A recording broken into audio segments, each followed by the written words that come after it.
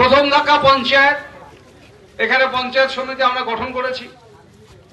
দ্বিতীয় ধাক্কা ছিল লোকসভা, যেখানে 26,000-এর বিজেপিকে 10,500-এ নামিয়েছি।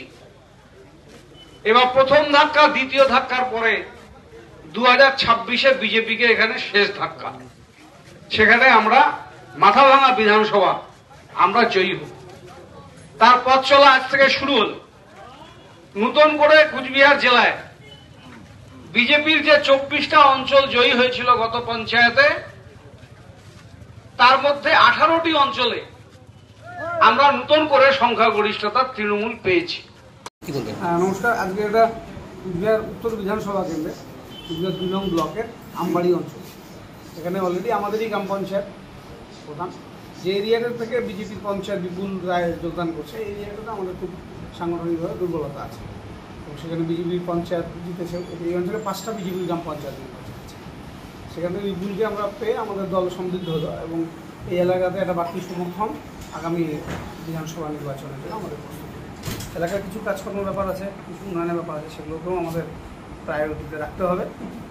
তো বিপুলের সাথে আরও যারা আছে তাদেরকে আমাদের এলাকাতে বুথে জয়েন করানো হবে। বিপুলকে আমরা এখানে দলীয় মতটা তুলে দিচ্ছি। এলাকার কাজের জন্য মানুষের প্রতি যে দায়বদ্ধতা তার আছে, গ্রাম পঞ্চায়েত মেম্বার হিসেবে মানুষের কাজ করার জন্য যে দায়বদ্ধতা, সেটা তিনি ফুলফিল করতে পারছেন। বিজেপির এমপি ছিল, এমএলএ ছিল, তারা কিছু কাজ এখানে করেন।